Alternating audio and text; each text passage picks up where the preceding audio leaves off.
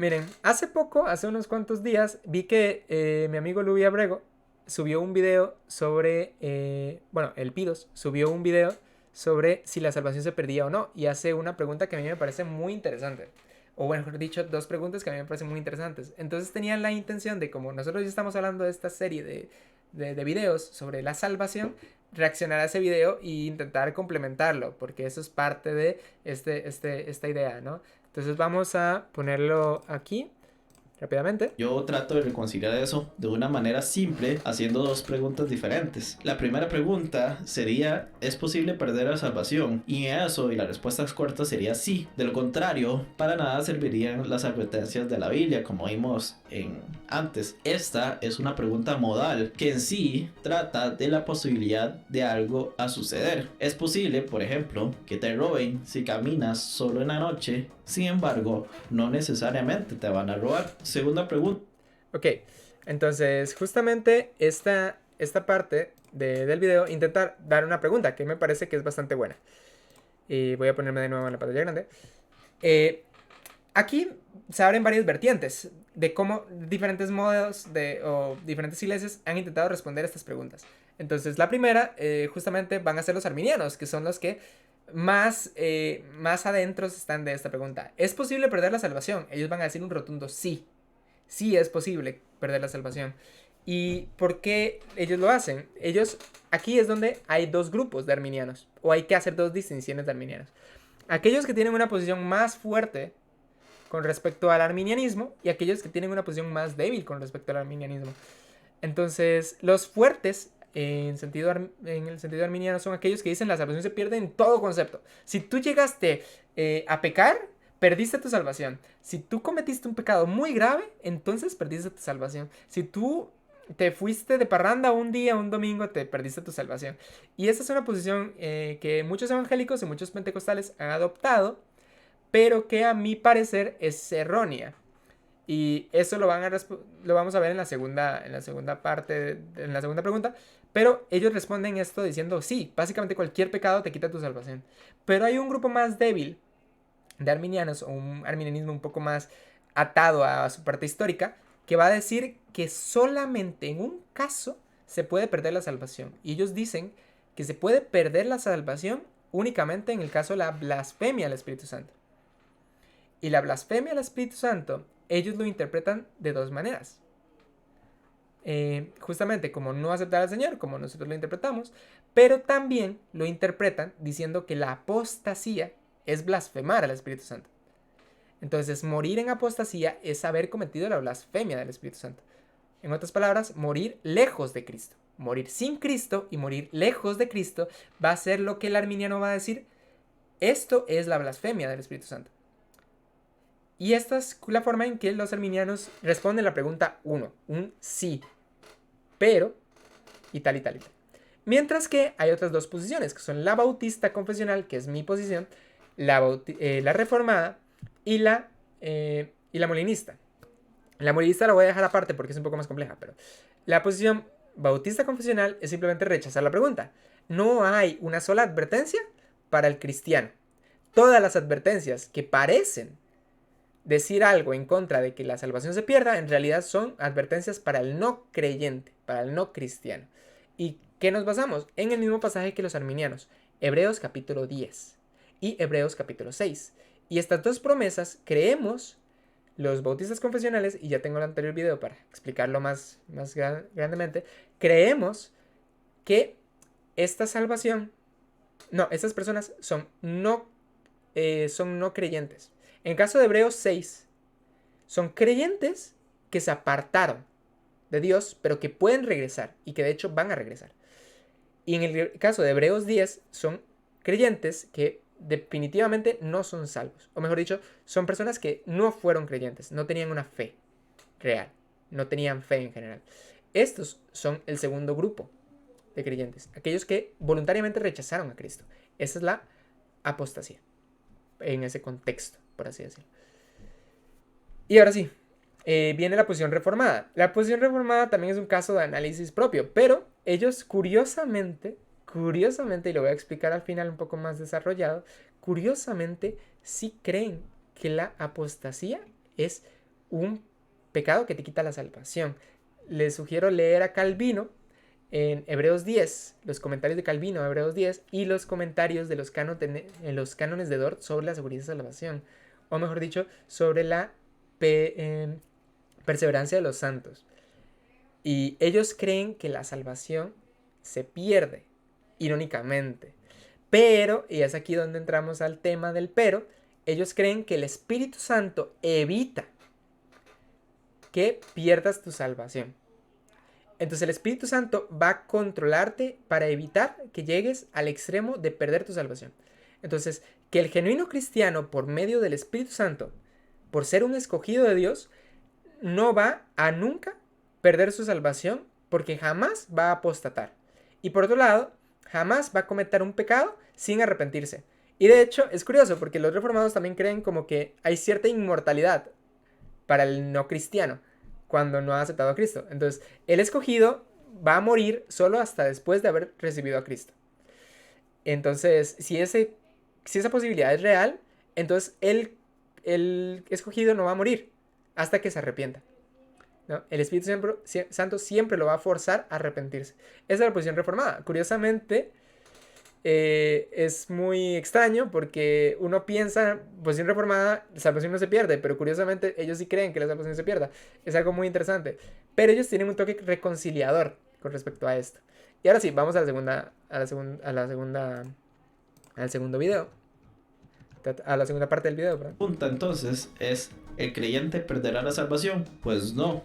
De lo contrario, todas las promesas bíblicas y las que vimos también de la vida eterna no tendría sentido. Esto es una pregunta de facto que trata sobre la certeza de lo que sucede. Si el creyente perderá la salvación, es una pregunta de facto para saber la certeza de lo que sucederá en el futuro. Por ejemplo, alguien que es doctor sabe que si tomas cloro a grandes porciones sin intervención médica, morirás. Yo trato... Ok, entonces justamente aquí es donde entramos a la parte conciliadora del video. Y volvemos a la misma idea. Los arminianos, ¿qué dicen? El arminiano fuerte simplemente dice, en serio, habían promesas, no sabía. Y curiosamente es un poco triste, la verdad, pero realmente están asociadas a un mal comprendimiento de lo que es la soteriología. Y por eso es que los arminianos fuertes que dicen que la salvación se pierde por cualquier pecado, no están bien fundamentados en las escrituras, porque de hecho eso sí es una pregunta que definitivamente sepulta la postura fuerte del arminianismo, diciendo de que no, definitivamente no es válida. Y lo podemos ver en Hebreos 6. Hebreos 6 lo dice, si pierdes tu salvación no la recuperas, imposible. Entonces no es necesario ni siquiera escuchar un segundo arrepentimiento porque ya no hay quite. O sea, esa posición fuerte del arminianismo no debería ser creída por nadie, pero la posición débil del arminianismo tiene una cláusula, y es que es la blasfemia del Espíritu Santo. Por eso es que tenemos que tener tan claro este concepto. Para el arminiano débil, la apostasía es blasfemia al Espíritu Santo. No es simplemente un pecado, es blasfemia al Espíritu Santo. Y así es como le dan sentido al tema de las promesas. Ellos dicen, bueno, las promesas de Dios se van a cumplir, pero esta es una excepción a esa regla.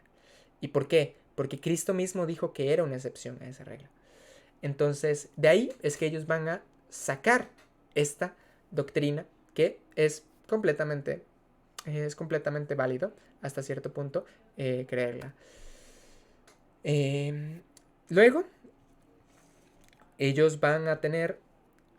bueno, sí, por cierto, esta interpretación depende mucho del capítulo 10 del libro de Hebreos. El capítulo 10 de Hebreos es lo que va a darle sentido a esta interpretación. Ellos no dicen que la blasfemia del Espíritu Santo es la apostasía de alguna forma mágica. Ellos dicen que la blasfemia del Espíritu Santo es apostasía justamente porque, de hecho, el lenguaje de Hebreos 10 parece implicarlo. Ahora, volviendo ya ahora sí a la posición bautista confesional, los bautistas confesionales dicen que Hebreos 10 de plano no habla de eso, pero ellos van a decir un rotundo sí, definitivamente sí, y yo lo expliqué en el anterior video. no hay un solo título de Dios, o que Dios nos dé, que no implique que la salvación es eterna. Entonces, si usamos el más típico de todos los títulos que se nos dio a nosotros, es redimidos por su sangre. Es uno de mis títulos favoritos. Pero la redención era de una sola vía. No podías dejar de ser redimido. Una vez te redimían, no podías dejar de ser redimido. ¿Por qué? Porque era un esclavo que se compraba y luego se liberaba y dejaba de pertenecer a este hombre. Pero curiosamente se complementa con siervo, esclavo.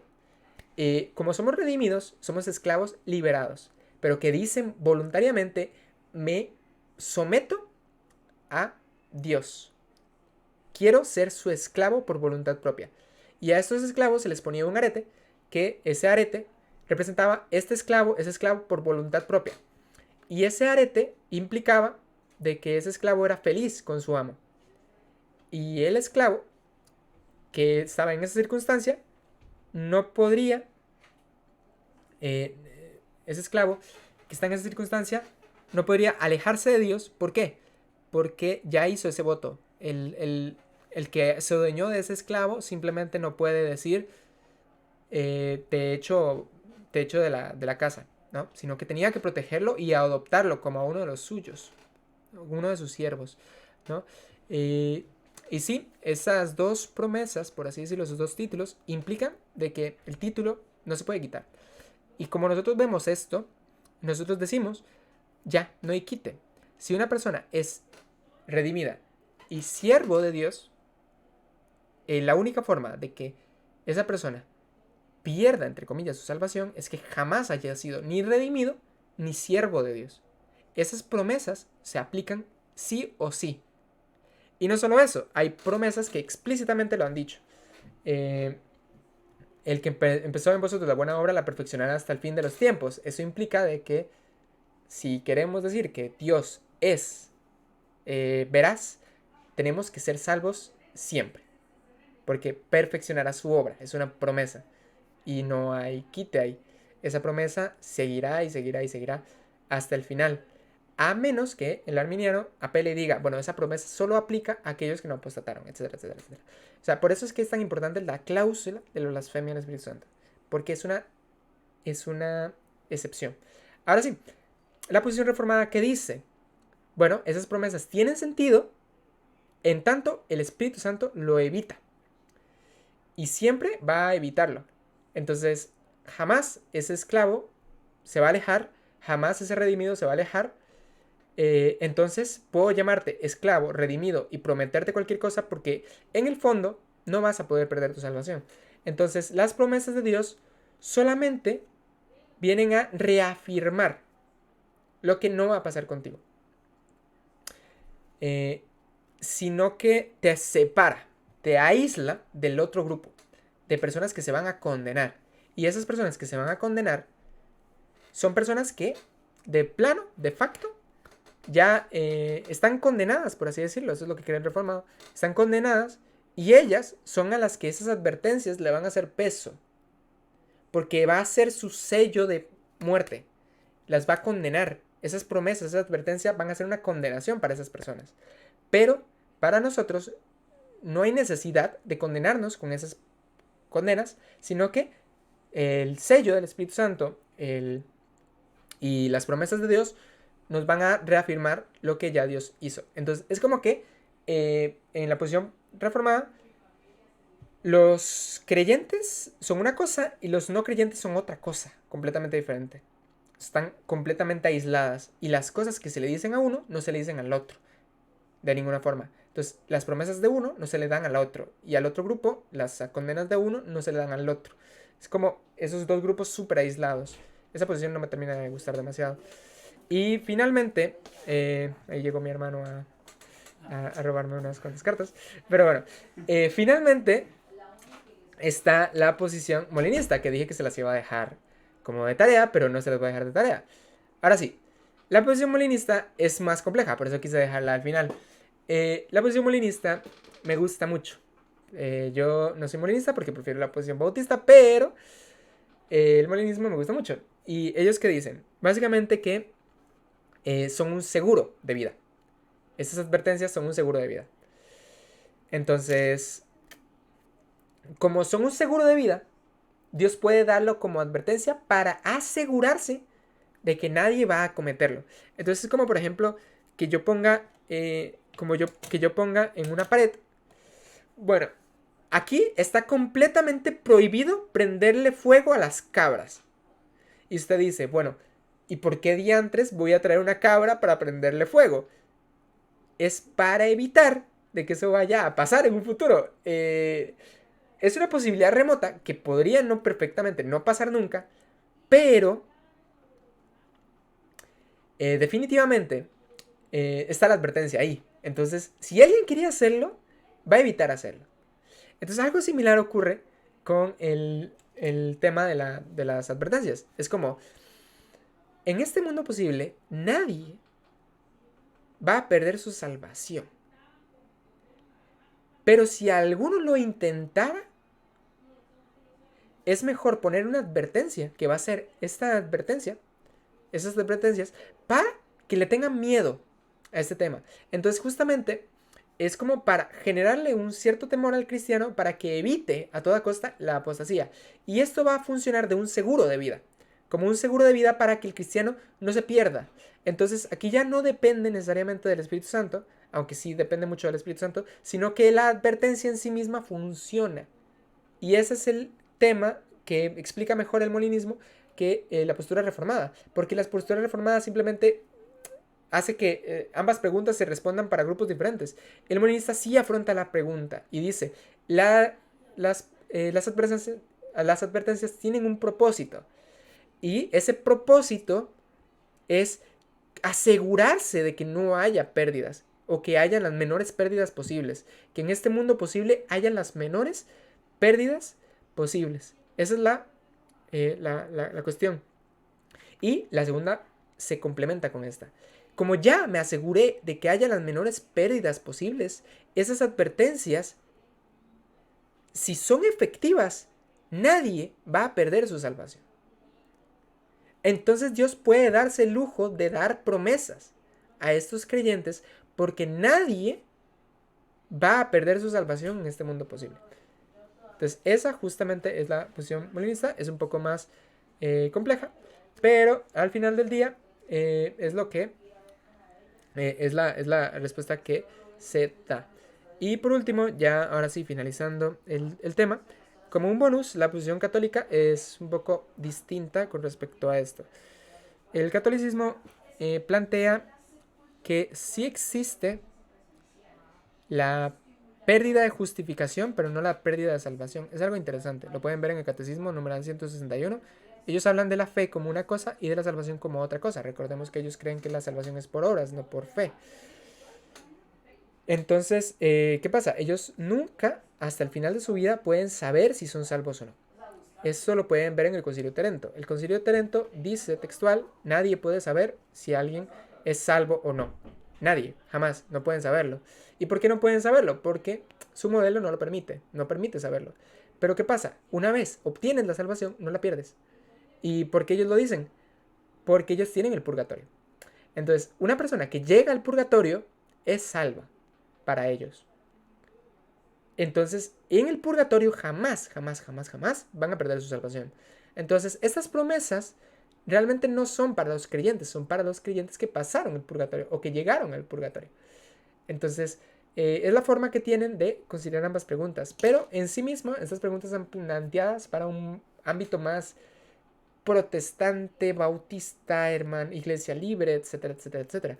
No para un contexto católico. Entonces es como raro hablar de estos términos porque ya de por sí los términos son muy distintos.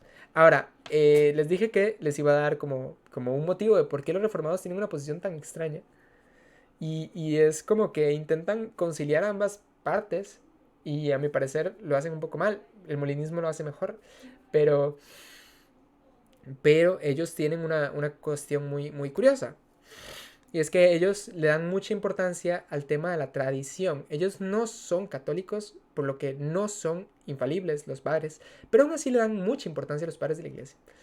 Entonces, ellos dicen, bueno, hay muchos padres de la iglesia que creen X y hay muchos padres de la iglesia que creen Y. ¿Cómo conciliamos para evitar, en la medida de lo posible, que no condenemos ninguna de las dos posiciones?